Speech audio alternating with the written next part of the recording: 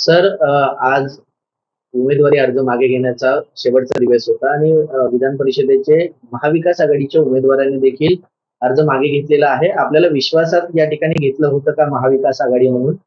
काय नेमकी आपली प्रतिक्रिया? नाही, महाविकास आघाडी म्हणून उमेदवारी मागे घेताना कुठल्याही प्रकारे आम्हाला विश्वासात घेतलं नाही. परंतु फॉर्म भरण्याच्या वेळी त्यांनी ज्यावेळी कॉल केला की आपल्याला फॉर्म भरायला जायचं आहे, काहीशा उशिराने मी त्या ठिकाणी पोहोचलो आणि सर्व नेते मंडळी राष्ट्रवादी काँग्रेसची त्या ठिकाणी जिल्हाधिकारी कार्यालयाच्या इथे उभी होती आणि बाईट चालू असताना त्यांच्या मागे उभे असलेल्या नेत्यांमध्ये कुजबूज आली की हा फॉर्म कुठेतरी मागे घेतला जाईल. त्यामुळे क्षणाचाही विलंब न लावता मी त्या ठिकाणाहून निघालो.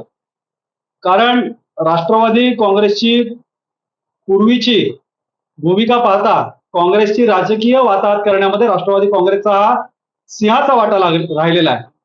त्यामुळे ठाणे शहरातील राष्ट्रवादी काँग्रेसने यापूर्वीसारखं काँग्रेसला या ठिकाणी गृहीत धरू नये. सर या संदर्भात आपलं काही राष्ट्रवादीच्या नेत्यांशी काही बोलणं झालंय का? त्यांचा काही तुमच्याशी संपर्क साधण्यात आलाय? नाही, कुठल्याही प्रकारचा संपर्क त्यांनी आमच्या बरोबर साधलेला नाही.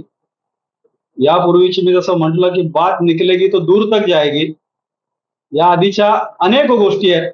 परंतु आमच्या कार्यकर्त्यांमध्ये महानगरपालिकेला जशा पद्धतीची वागणूक आम्हाला देण्यात आली आणि आमचे ठाणे शहरामध्ये जे आमचे 2 नगरसेवक होते ते 2 नगरसेवक सुद्धा राष्ट्रवादी काँग्रेसने आपल्या चिन्हावर त्या ठिकाणी लढवले आणि काँग्रेसला शून्य करण्याचं काम त्या ठिकाणी केलं गेलं.